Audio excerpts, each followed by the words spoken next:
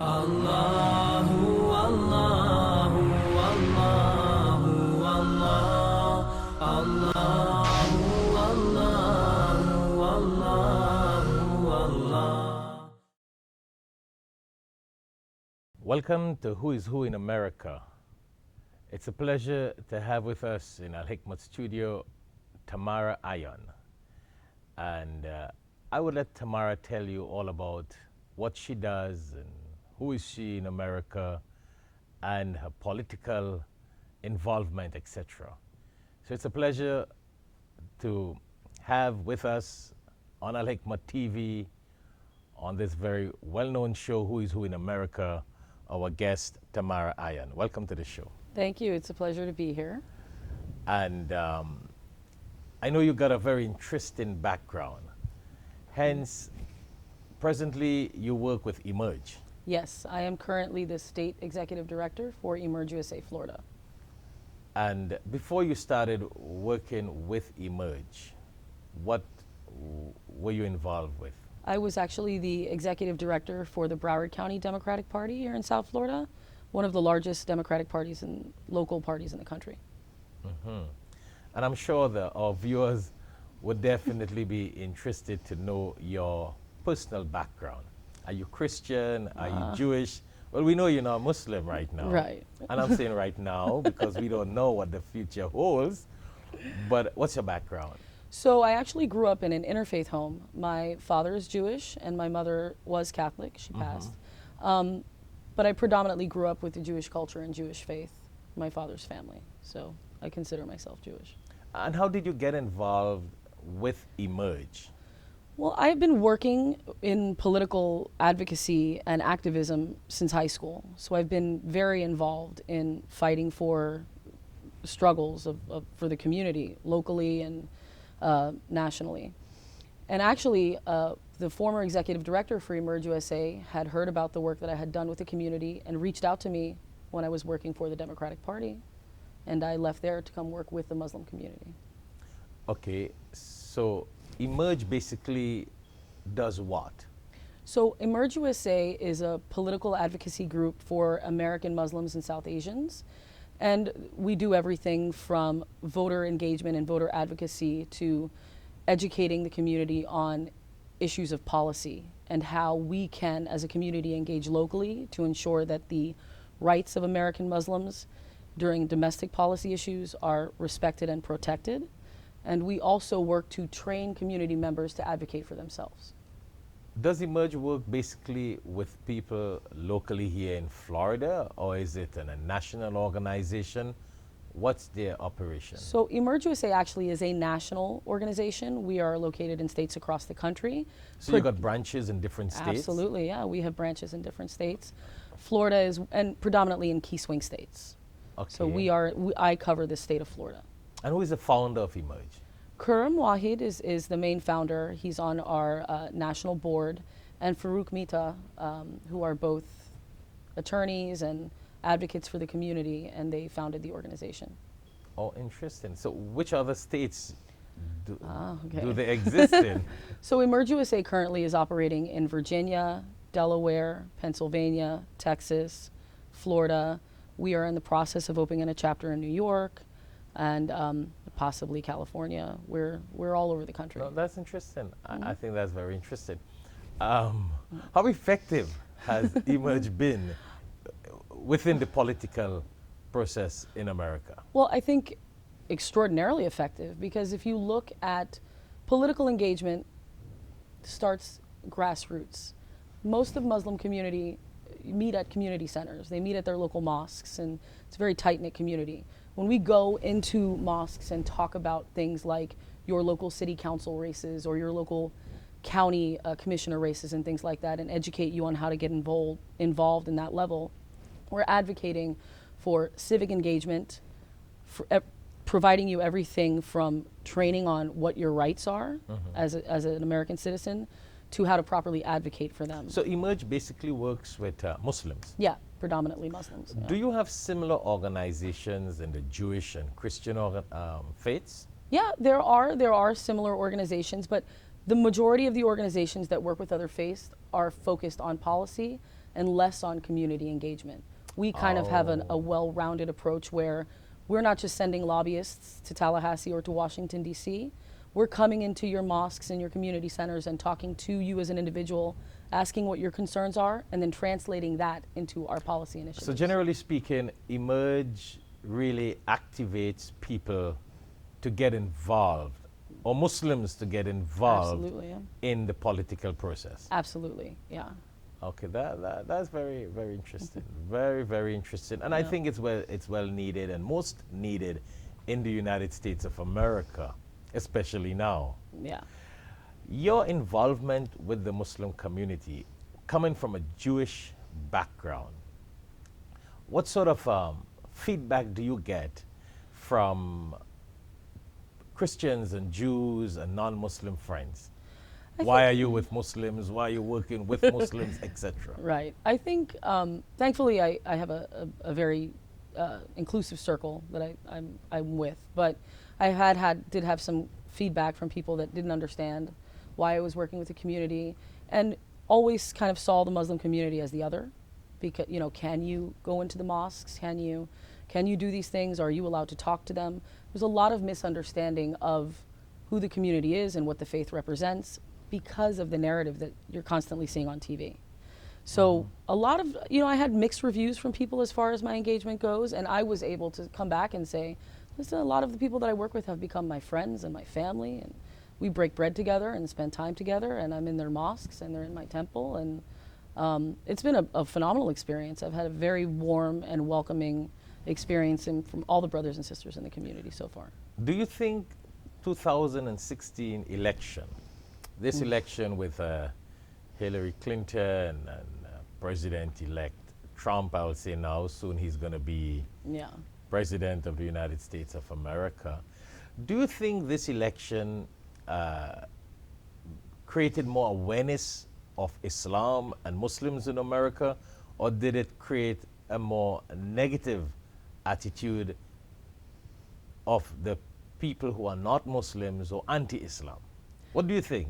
I think it's a little bit of a combination of both. It motivated community members, Muslim community members, to be civically and politically active, to understand that all of these people are talking about us, but they're not part of our community. They don't understand our faith. They don't understand our culture. And they've never, I know so many people that have never actually met a Muslim.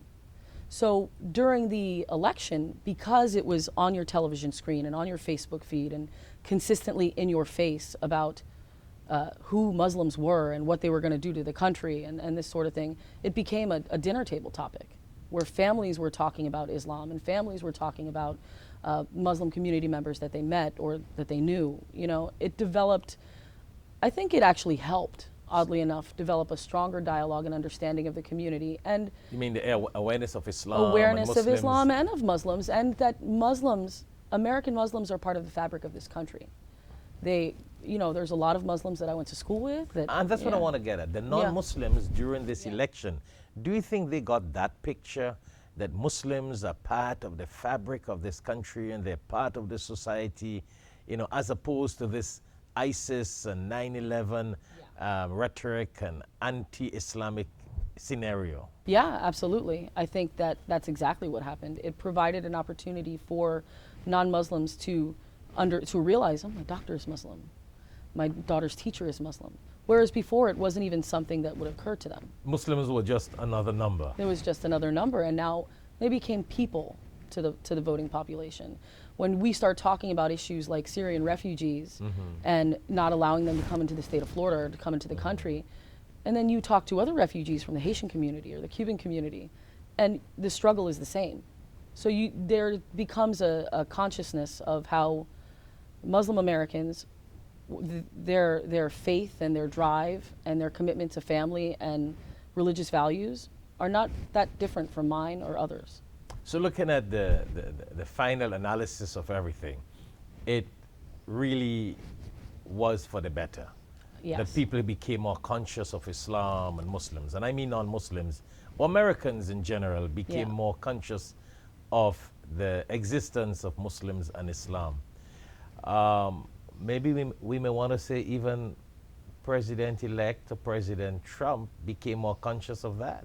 And my reason for saying that, it's because of the fact, I don't want to sound too very political, but I mean, we're talking a lot of politics here with you. Absolutely. You know, the mere fact that he came out first and he said ban on all Muslims, Right. and then he technically corrected that statement after by saying terrorists and countries that have a lot of terrorists, that's where the vetting will be. I mean, Right. let's be very realistic Yeah. here. It means he has realized the presence of Muslims and Islam in America is a very strong force. So he cannot just continue with that anti-Muslim scenario or that ban on all Muslims, but he had to zoom in to what he really wanted to focus on, and that was terrorism. I Absolutely. mean, and that's totally correct, and he's totally right in doing what he has to do. And I suppose we all join in that mission. I mean, Yeah. Islam does not support terrorism. Islam is against terrorists. And, you know, if the President of America, we have to join with him and support him against terrorism because Islam does not support that. So coming from that level, even though he made that statement to ban all Muslims, and then he withdraw that statement and said he's vetting terrorists, basically. That's a sign that the awareness of Islam and Muslims and the strength of Muslim and Islam in America made an impact. Absolutely. I think when that statement was made, there was a lot of feedback and pushback from American Muslims who grew up here, who are from here, who are not who do not feel as though they're the other, and said, "Wait a minute, I'm not a terrorist. You know, I'm part of this country. You know, I'm an American citizen." And aside from that, other individuals from those conversations at their family dinner tables started to voice their concerns as well, and that had to put President-elect Trump, you know, had to put that in perspective for him. Your constituency as the President of the United States includes this large population of, you know, of voters. And this very powerful population. This very powerful voice in the country, And- absolutely. And you mean non-Muslims have Non-mu- voiced that? Yeah, non-Muslims stood up and said, "You're wrong. What are you saying? Like, we're founded on religious freedom. How can you tell me that you know, this is what he was saying was very similar to the language of, you know, of some fascists in our history Yeah. about you know, separating people based on their faith. And so because of that concern, he did correct that statement, but because of that concern, Muslims and non-Muslims alike stood up and you know, made a louder voice And that showed the presence of the presence and the strength Of the of community. Islam and Muslims. yes. So, you know, your involvement with Emerge and the Muslim community, how many years have this been?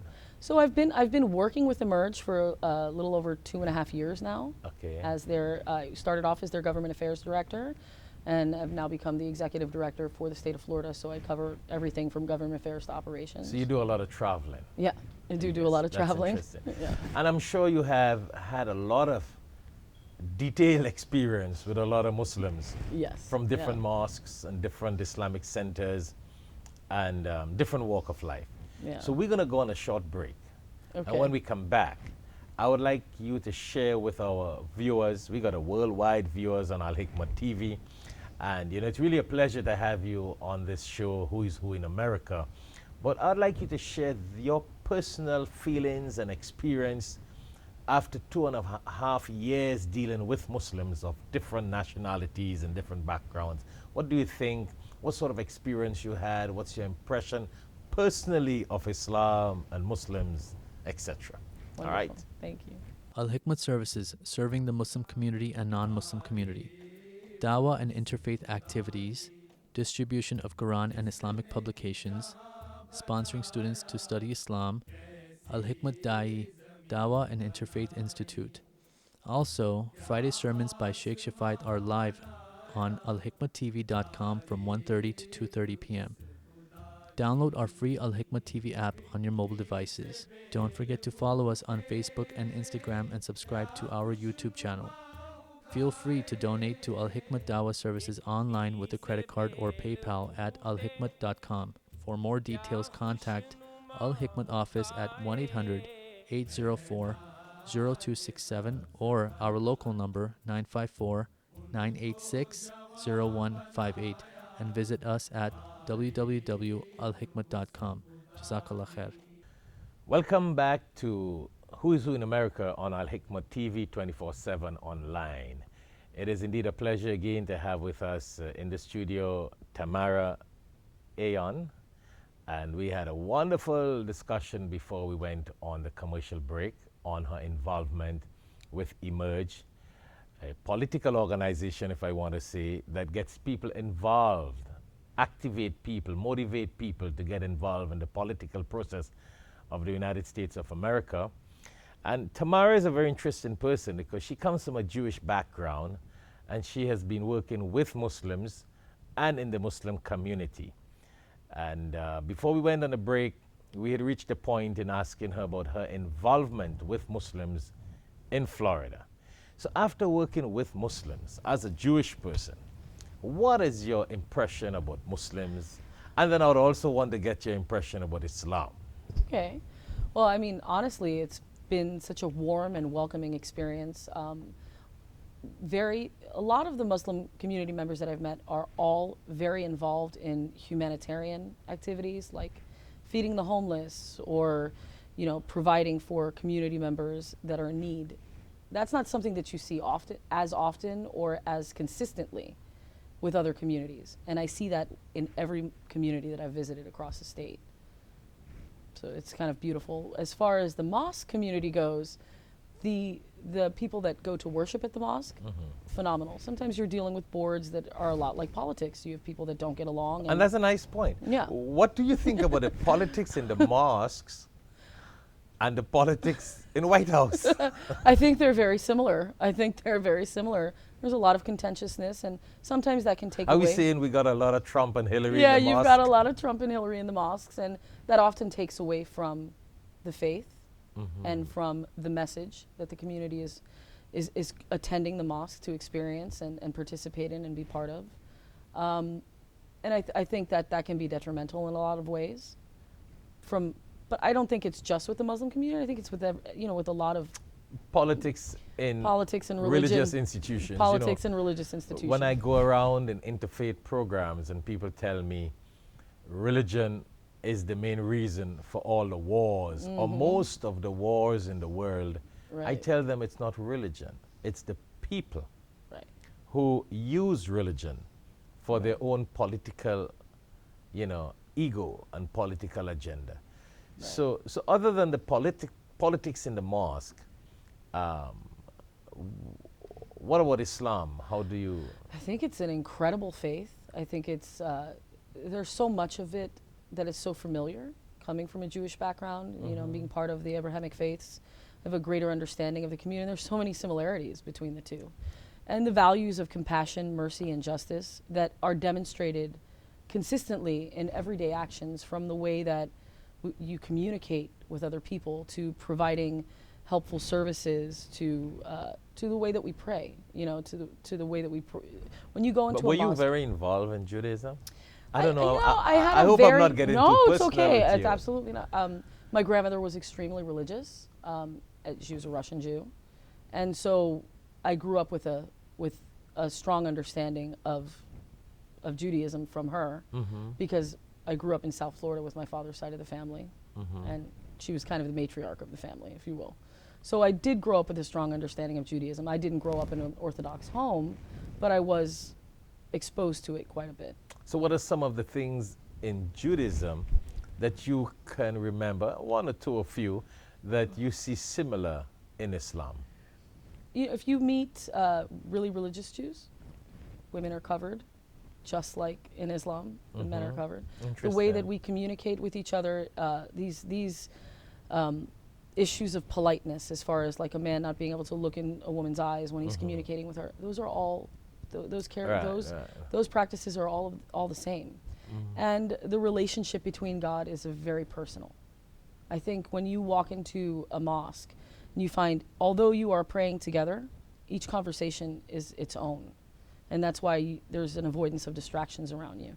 There's also a separation in a temple between men and women. So there are a lot of Jewish synagogue. In the Jewish synagogue. In more conservative Yeah. synagogues, you'll find that women are covered, They're on the other side of the, it's very similar. And that's a question a lot of non-Muslims ask. Why are women oppressed, and why are they covered, and why are they put on the other side, not realizing it's Orthodox It's just- Judaism. It's Orthodox Judaism. It's a lot of similar practices. So it was interesting when I came in and I was like, huh, I've been around this before. Like, it was familiar to me, and so that was comfortable, you know. So basically, from an Islamic point of view, you know, you have no problem with Islam. Oh no, not at all. I mean, from what I can see and what I understand, Islam is, it takes all of the faiths from the Abrahamic traditions of Christianity and Judaism and kind of combines them. Before I came to work with the community, I didn't know about the fact that they believed in the Virgin Mary or that Jesus was a prophet or these sorts of things. I didn't know because And that's a good point. What Yeah. was really your impression about Islam and Muslims before you started working with Muslims? I mean, be honest. I yeah, wanted to share absolutely. this with our viewers. You know, we got viewers worldwide here on Alhikmat TV, people in Pakistan and Yeah. Afghanistan and Arabia and the Caribbean, Africa. You know, so people are very much interested in knowing. And this is a question that people ask me when I travel abroad. What do Americans think about Islam and Muslims? And you are really an ideal American, Jewish background, involved with Muslims. So your words are much more stronger than myself talking on a dialogue with another interfaith person, which to some point is only politics. Right. It's only talk. You're speaking from experience. What were really your impression about Muslims and Islam before you started working with Muslims and Islam? Well, even something as simple as I never thought that I could go into a mosque. It never occurred to me that I would be able to just walk in and pray next to you. It never felt like it unintentionally, I think subconsciously, there was always this impression of the other. And I think that's not something, I wasn't raised that way. I grew up in a very inclusive family, and I had Muslim friends, but I never went to church. I never went to mosque with them. It seems as though it was a very segregated community that kind of kept to itself. Everything from not just prayer, but youth services and things like that. Everything is very separated. So there wasn't an opportunity for me to develop relationships with young Muslims growing up because they weren't participating in the same activities I was, because everything they were doing was at a mosque. Okay. So it was developing, I think through developing relationships. When I first came into the mosque, I was new and didn't really And I'm glad you say Yeah. that, because that's a good learning Yeah. item for us to know that, you know, the world outside there thinks that Muslims do things in a closed, shopped manner. And I don't think it's intentional. It's I not thi- intentional. Yeah, it's not intentional, but it's there's a way that as an outsider, as a non-Muslim, a lot of my friends when I first came to work with the community were very surprised that I was even allowed to go inside a mosque. And I would, where would you get that impression? Why would you think that I can't go inside a mosque? Well, I don't know. I've never been to one. I've never been invited to one. I didn't know that you could just walk in. Don't you have to be a member of the mosque? Don't you have to be Muslim? I said, well, do you have to be Christian to go pray? Do you have to be Jewish to come to synagogue with me? This is, a place of worship is a place of worship. When I go to the mosque, I pray beside my Muslim sisters. So do you think if Muslims were to do more of their activities in a very broader and open manner, inviting and including non-Muslims, we may be able to bring down that barrier? Absolutely. I think Because as you said, it's Yeah. not intentional no, it's to not. look as it's a closed shop operation, Right. but for better, I think we should.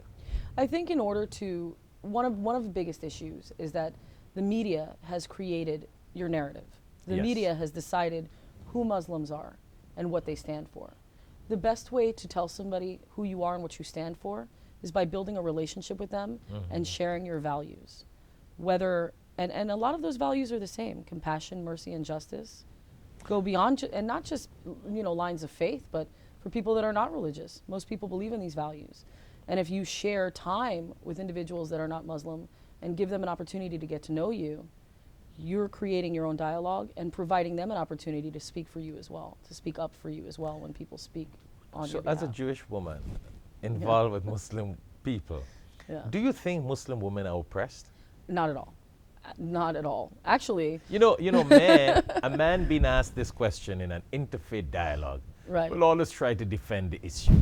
Yeah. No, But I- as a Jewish woman, being involved, what do you think? Do you think Muslim women are oppressed? What do you think about a Muslim woman? I think in any instance, women are impressed in so many different cultures and faith. I think that's based on that's an individual basis. Okay. Based on but Something from to do my with culture to a something point. to do with culture to a point. But as far as the Muslim sisters that I have met, not at all. They're empowered. They're running most of the activities at the mosque or Some of them youth are- activities. They're handling things, and a lot of the time, Some of them are the bosses at home. yeah, they're the bosses at home, and they're the bosses with their children, and they're The bosses of the powerful. businesses. They're bosses of the businesses. They're powerful women, and they have strong voices. And I think a lot of the time, you know, that conversation about jihad, a woman that leaves her house with a scarf on her head, the way she conducts herself in public, also provides a view for outsiders to see who Muslims are and what they're doing. So if you see a woman, you know, wearing a hijab and covered, and she's feeding the homeless and working with the youth community and doing all of these activities, you have a different perspective of Muslims. They're not seen as what you see on TV. And so I have not, in my experience, I have not met any oppressed Muslim women. I know they exist, just like they exist in the Jewish community and the Christian community, but most of the women that I have met have been powerful, motivated, and warm.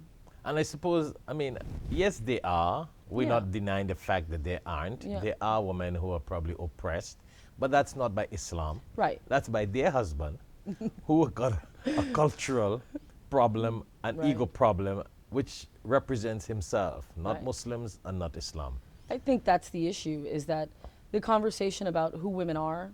So I'm a feminist. I believe very strongly in equality and these types of things.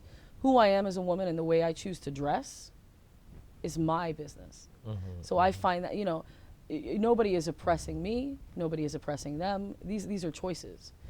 So as a feminist Yeah. who likes things your way, Yeah. well, how would you feel? I'm just hypothetically Of course, speaking. of course. Being if you had to be a Muslim, Yeah. do you think you could live as a Muslim woman Yeah, absolutely. with your Jewish background, the experience? I have met so many women that have converted, you know, on my journey across the states and in other states and in Florida, and a lot of women have converted and don't have any issues with it. And I think it's about your lifestyle and the way you choose to live, and as long as you are a person that values their faith and values respect for your fellow brothers and sisters in humanity, you know, that's what matters to me. And it has a lot to do with education. Yeah. Of course, faith, Yeah. education, experience, Yeah. and being a very confident person. And I think in that way a person knows who they are and they don't feel psychologically Right. stressed and depressed and I think compressed. I think it has to be a choice. I think if somebody is going to become Muslim, it has to be a very personal journey, because I believe very strongly that our relationship with God is a very personal one. So if I choose or somebody else chooses to follow the faith, they have to have the conviction to actually do that, and nobody else is going to provide that for you. Yeah. I know you're leading me to ask you a question, but as a Jewish person, this is again hypothetically speaking. Okay.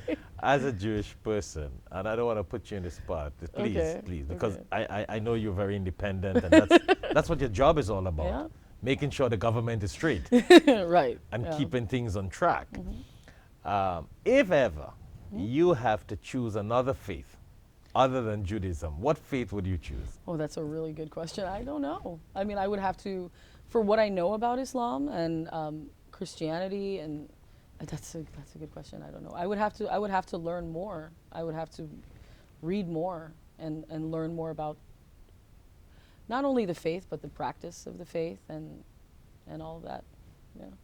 No, the reason why I ask you Yeah. that, because I mean, Yeah. your involvement with Islam and Muslims, I just wanted to know if it ever passed through your mind that if ever you have to Yeah. change faith, if Yeah. Islam might be It's yeah. a faith of choice. Yeah, absolutely. It would definitely be something. Interesting. So last before we go, I know we have almost crossed our time limit, but emerge now that the election has gone and the election is done, and we're about to see the new president inaugurated at the time we are doing this show here. What is Emerge going to do now? So we're going to continue educating and advocating on behalf of the American Muslim community in this country through continually providing opportunities for civic engagement and participation, and taking the values of Islam, compassion, mercy, and justice, and utilizing those to push our policy positions for criminal justice reform, refugee resettlement initiatives, and supporting the environment and early childhood education. All of the values that the faith represents will push our policy positions to hold our current government accountable, both locally, statewide, and nationally. And I will take that responsibility on as a state director, as well as my staff, in ensuring that community members are educated and have advocacy opportunities, so that I am not always speaking for them, but they understand how to speak for themselves.